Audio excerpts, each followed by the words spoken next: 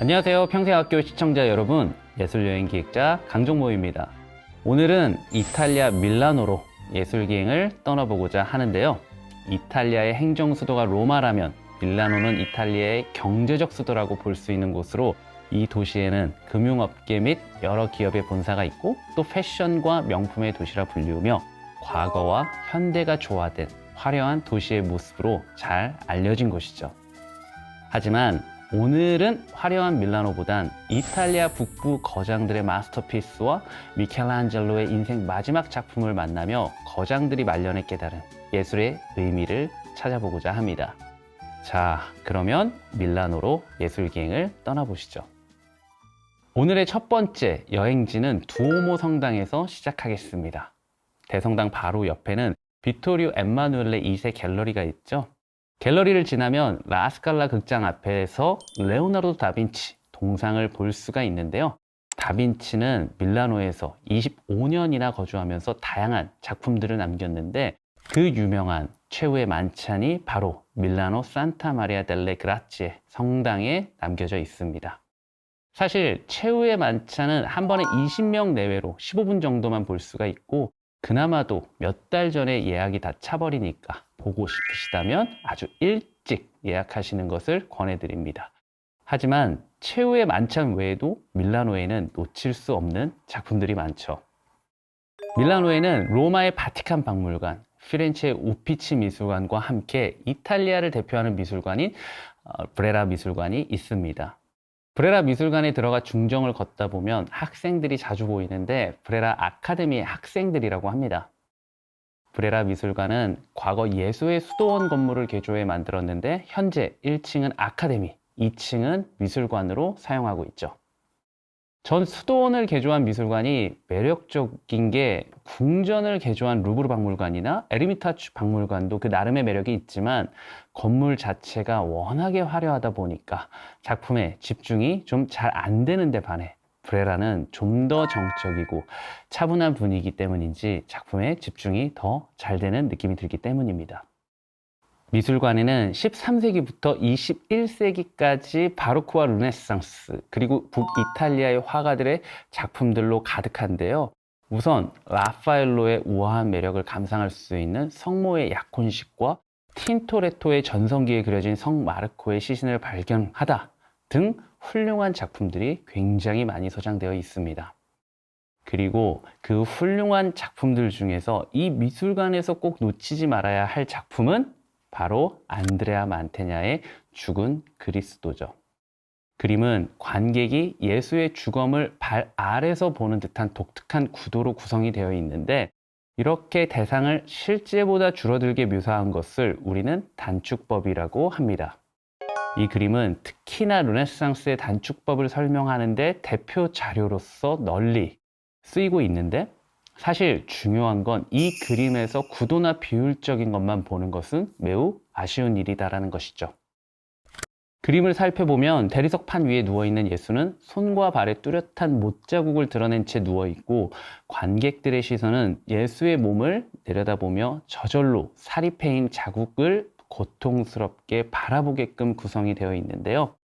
사실 저는 예수의 손에 박힌 못자국은 많이 봤었지만 발바닥에 박힌 못자국을 보는 건 이 그림이 거의 처음이었었던 것 같습니다. 그리고 관람객들은 예수의 얼굴을 보며 이 고통이 그의 마지막 고통이었었다는 걸 깨닫게 되는 것이죠. 그 고통의 깊이를 느끼고 있을 때 또 작품 구석에 한 늙은 여인의 모습이 눈에 들어오게 되는데요. 바로 울고 있는 성모 마리아의 모습이죠. 그런데 기존의 다른 그림들과 다른 점이라 볼 수 있는 것은, 아름답고 성스러운 성모 마리아가 아니라 진짜 아들을 잃고 자신의 고통을 그대로 드러내는 인간적인 엄마 마리아의 모습이라는 것입니다.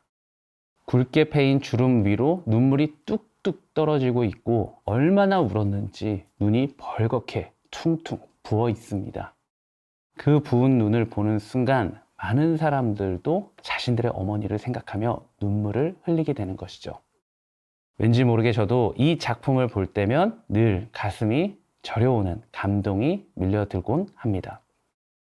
그리고 바로 근처에는 성모 마리아의 슬픔이 느껴지는 작품이 또 있습니다. 바로 조반니 벨리니의 피에타죠.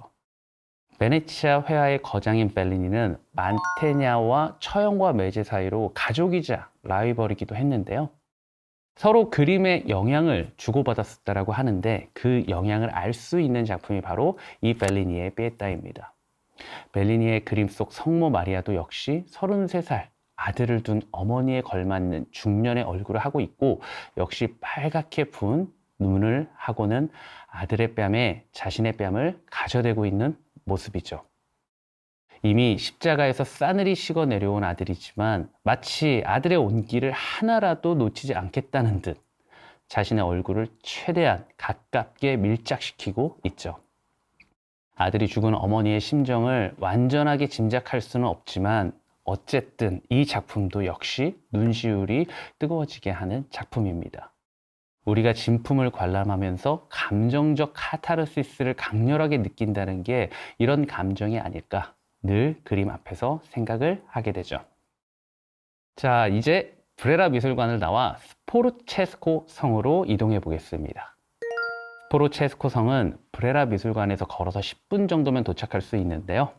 이 거대한 성벽은 15세기 밀라노를 지배하던 스포르차 대공의 성이었습니다. 이곳에 그 유명한 미켈란젤로 작품이 전시되어 있죠. 사실 박물관에는 여러 과거의 유산들을 같이 전시하고 있지만 우리는 오직 미켈란젤로의 작품을 보기 위해 이곳에 찾아왔습니다.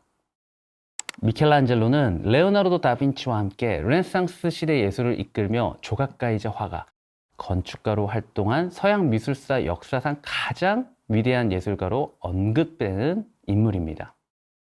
우리는 보통 천지창조나 그의 조각 작품인 피에타, 다비드 등을 통해 미켈란젤로의 작품들을 익숙하다고 생각하지만 사실 오늘 우리가 관람할 피에타는 미켈란젤로가 23살에 조각했었던 베드로 대성당의 피에타가 아니라 바로 미켈란젤로가 죽기 3일 전까지 다듬고 있었던 그의 마지막 작품 론다니니의 피에타죠. 스포르체스코 성 안의 피에타는 론다니니의 피에타라 불리웁니다. 그 이유는 론다니니 가문이 소유했었기 때문이죠. 사실 이 작품은 미켈란젤로가 돈을 벌기 위해 만든 작품이 아니었는데요. 미켈란젤로는 생애 마지막 때 오직 자신만을 위해 이 작품에 몰두했었다라고 하죠. 그래서 우리가 잘 알고 있는 베드로 대성당의 피에타와는 완전히 다른 모습으로 돈을 벌거나 출세를 하거나 인정을 받겠다는 인간의 욕망이 모두 사라진 인간 미켈란젤로가 마지막 순간에 깨달은 삶의 본질이 담긴 작품이라 볼 수 있습니다. 사실 미켈란젤로의 론다니니 피에타는 미완성 작품입니다. 물론 그가 작품을 만들다 말고 사망했기 때문이지만 사실 그의 후기 작품들을 보면 대부분 미완성으로 마무리된 것들이 상당히 많았죠. 그것을 현대에서는 non finito, 그러니까 미완이라고 부르는데, non finito는 의도적으로 작품을 미완으로 두거나 대상의 일부분을 생략하는 방식이라 보시면 됩니다. 그리고 미켈란젤로는 말년에 예술의 완성은 형상이 아닌 진리에서 비롯된다고 여겼었죠. 사실 르네상스의 미적 기준에서 본다면 이 작품은 작품성을 인정받긴 힘듭니다. 실제로 거친 테크닉을 보고 있으면 현대 미술의 추상성까지도 느껴지죠. 예수의 시신은 두 다리가 힘없이 풀린 채로 있으며 성모 마리아는 뒤에서 예수를 끌어안아 부축하고 있습니다. 하지만 끌어안고 있다고 보기도 힘든 게 성모 마리아의 손이 예수의 어깨에 살짝 걸쳐져 있는 게 도대체 뭘 하려는 자세인지 구분이 가질 않습니다. 그래서 이들 모자의 상반신만을 봤을 때는 마치 아들이 어머니를 업고 있는 것처럼 보여지기도 하죠. 이런 점이 바로 non finito의 매력인 것 같습니다. 미켈란젤로의 실제 의도가 중요하다기보단 미완성된 여백에 관객의 시선을 투영시키며 다양한 의미를 만들어낼 수 있는, 그래서 전 이곳을 방문할 때마다 다른 의미로 작품을 관람할 수 있었던 것이죠.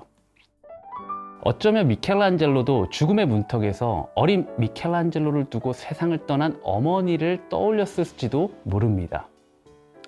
지나친 상상일 수도 있겠으나 어쨌든 개인적으론 미켈란젤로가 세상을 떠나기 전 품은 마지막 기억이 어머니의 따뜻한 사랑이었으면 좋겠습니다.